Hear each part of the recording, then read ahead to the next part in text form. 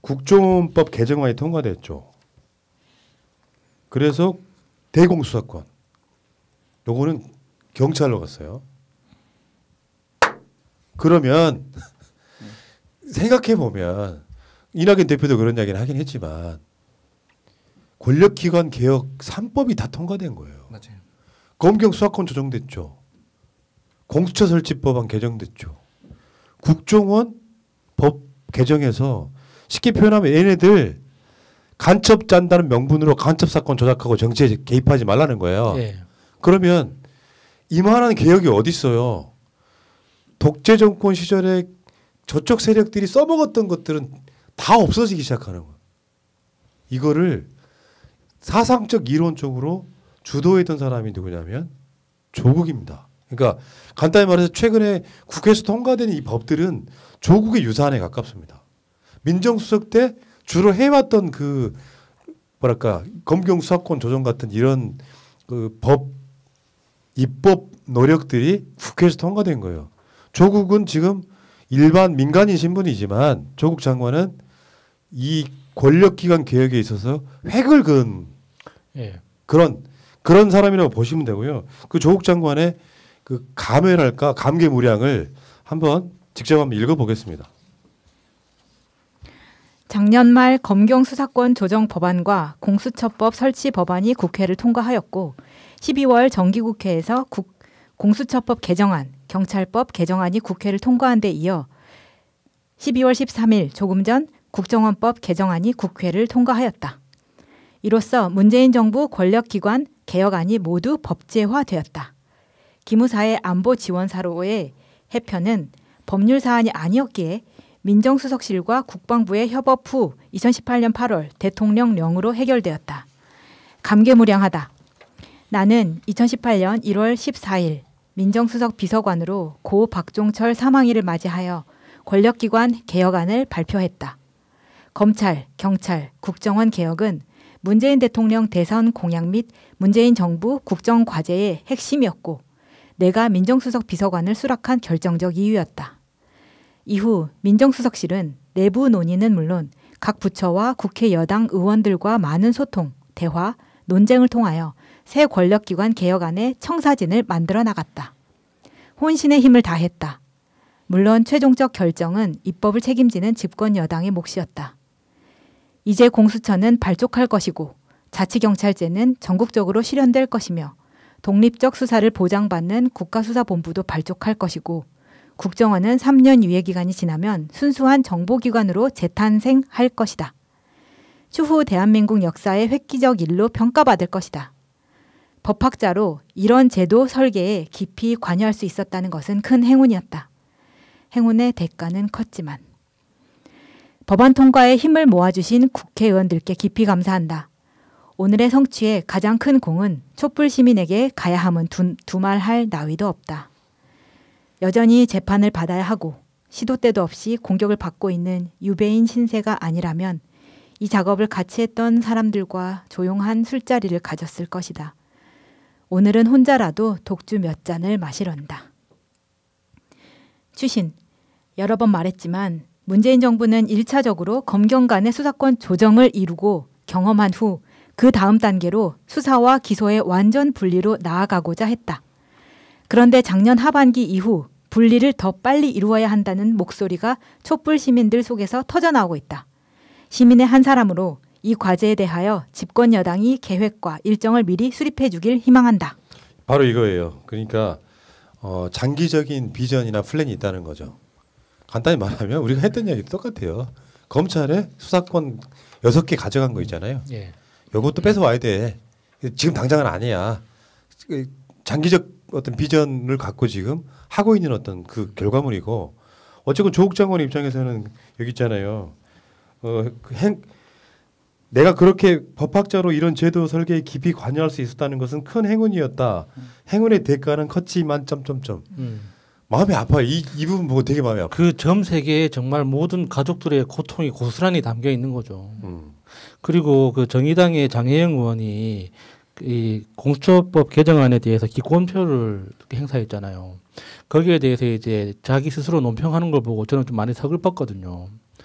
우리나라의 진보정당이라고 하는 그나마 좀 믿을만한 진보정당이 그 정도 수준밖에 안 되는 건가 싶어가지고 좀 많이 서글펐던 게 그러니까 이 공수처법뿐만 아니라 검경수사권 조정을 포함한 모든 권력기관 이 개혁이라는 건 우리나라가 해방 이후에 맞이했던 어쩔 수 없는 비틀린 권력 구조가 정착되는 그 과정의 후폭풍이 지금까지 왔던 거였거든요.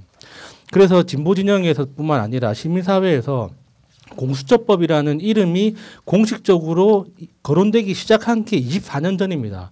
1996년부터 처음 주장이 됐고 그 이전부터는 검찰의 과도한 권력을 견제해야 한다는 목소리가 40년 전부터 있었어요. 그게 출발은 일제의 그 경찰이거든요.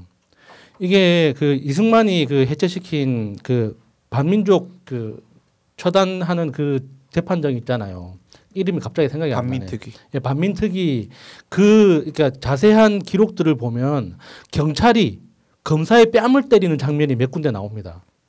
과거에는 경찰이 그 정도로 그러니까 일제 시대 때 우리 강점기 때는 그 정도로 그 경찰의 권력이 과도했단 말이죠. 그래서 그걸 일시적으로 균형을 바로잡기 위해서 경찰보다 더 강력한 검찰의 법적 권한을 보장을 해줬는데 그걸 김기춘 같은 개자식이 나와서 헌법에다가 박아버린 거예요. 그래서 그 헌법이 개정되지 못한 상태에서 지금까지 흘러와서 그걸 빌미로 해서 검찰과 그리고 그게 뒤졌던 경찰들이나 대통령들이나 그 감옥에 간 그 대통령들이 그 국정원 같은 정보기관을 자기의 어떤 사적 권력을 행사하는 방식으로 비틀리다 보니까 이 대한민국 현대사 자체가 결국에는 정보기관을 쥐고 있는 수사기관을 쥐고 있는 사람들이 다 헤쳐먹는 방식으로 진행될 수밖에 없었잖아요. 그런데 그걸 가지고 민주적 절차에 단 하나의 0.01g의 흠결이 있기 때문에 권력기관의 개편 자체를 뒤로 미뤄야 한다는 그 판단 자체가 저는 너무 서글프더라고요. 대한민국의 국민의힘은 원래 인간들이 아니니까 그렇다고 치더라도 정의당은 우리가 그나마 동료로서 사람이라고 기대했는데 그것들이 과연 그러니까 지난 수십 년 동안 선배들이 노력해왔던 피땀 흘려서 노력해왔던 그거에 대해서 그렇게 말 한마디로 그렇게 폄하할 수 있는가. 예. 너무 서글프고 화가 나더라고요, 진짜. 역사도 없고 개념도 없고 냅둬요. 거기까지만 따르라고 하는 것은 낫대는 얘기밖에 더 되니까 냅두고 그러면서 그 사람들은 그러니까 진보가 아니라 수구 보수 쪽으로 가는 경우도 있습니다. 방향성 자체는.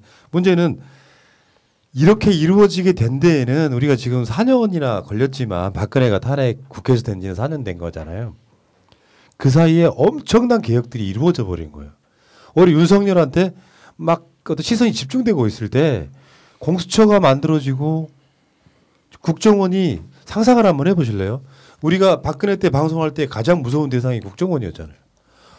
무슨 뒷조사를 할지 모르는 거예요.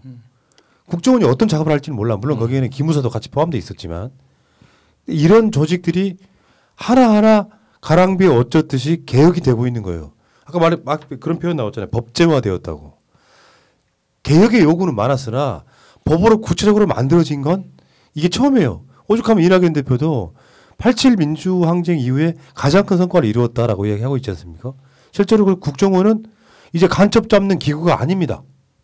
경찰이 잡게 됐어.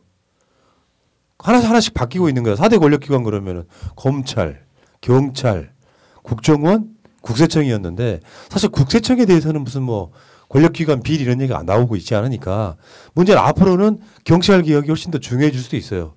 검찰로부터 수사권 나머지도 뺏어올 수 있으려면 경찰이 수준이 높아져야 되는데 여러분들 비밀의 숲에서 보셨다시피 서로 약점 잡아가지고 저쪽에 비리라고 할 만한 거 계속 터뜨리는 방식으로 수사권에 대한 얘기가 계속 나올 겁니다만 어쨌건 조국 장관의 이 감에는 이렇게 표현하고 있잖아요. 이런 상황만 아니면 조용히 술 한잔 하고 싶다. 혼자라도 마셔야 되겠다. 이거는 조국 장관이 사실은 윤석열한테 털리게 된 여러 가지 배경 중에 하나가 되는 거예요. 검찰 개혁 안 당하려고 조국을 낙마시켰던 거랑 연관이 있는 겁니다. 이 조국 장관 우리 마음속에 영원한 법무부 장관 조국 장관님이 좋은 얘기를 해줬으니까요. 답신. 2019년 2월 15일 날 국가권력기관 개혁 관련 회의에서 문재인 대통령이 이런 말을 한 적이 있습니다. 지금 조국 장관님이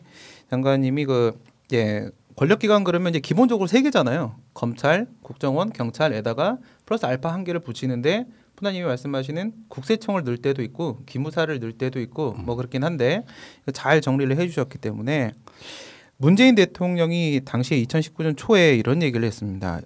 그래서 의미가 있는데 마치 물을 가르고 간 것처럼 분명히 가르고 나갔는데도 법제도까지 개혁하지 않으면 지나고 나면 언제 또 그랬냐는 듯이 도로 물이 합쳐져 버리는 또는 당겨진 고무줄이 도로 되돌아가 버리는 그런 게 될지도 모른다는 것이 그렇게 참으로 두렵습니다.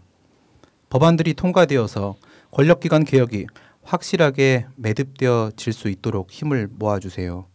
라고 문재인 대통령이 이야기를 했었습니다. 그러니까 이게 사실 우리가 기억을 하는 것처럼 노무현 대통령 때 검찰의 독립을 인정을 해줬어요. 너희들이 알아서 잘 해라. 더 이상 너희들을 우리의 하수인으로 부리지 않겠다라고 선언을 했는데 노무현 정부가 끝나고 나서 이명박근혜 정부로 가자마자 검찰은 바로 다시 정권의 하수인이 되어버립니다. 그러니까 걔네들은 혼자 설 능력조차 없는 정말 찌질한 존재들인데 그 역시도 언젠가 무슨 일이 있을지 모르니까 법제도적으로 비가역적인 법제도 개혁을 반드시 이뤄내야 된다. 이게 문재인 대통령의 마음이었고 그것을 가장 앞장서서 싸워줬던 게 조국 장관이고 또 추미애 장관이고 그런 게 아닐까. 예. 그렇습니다. 아무튼 조국 장관님 고생하셨습니다. 박수 한번 드립시다. 자, 역사적 의미도 있는 것이고 나중에 분명히 이 방송 하다 보면은 또 수년 후에는 민주당이 지금 검찰청을 기소청으로 만드는 법률안을 통과시키고 있습니다. 한 날이 올 거예요. 그건 어떻게 보면 검찰의 자업자득이죠. 독재 권력 앞에서는 정권을 유지시킬 수밖에 없는 그런 식의 짓을 했던 놈들이 민주정권만 들어오면 마치 자신들이 뭐 나라의 주인이라도 되느냐 저 난리치는 이런 상황도 우리가 계속 보게 되는 그런 것이 아니라 그냥 공무원은 공무원이어야 된다고 생각합니다. 권력기관이란 말 자체가 웃긴 것이죠. 공무원은 공무원일 뿐. 자, 그 이야기는 여기까지 하겠습니다.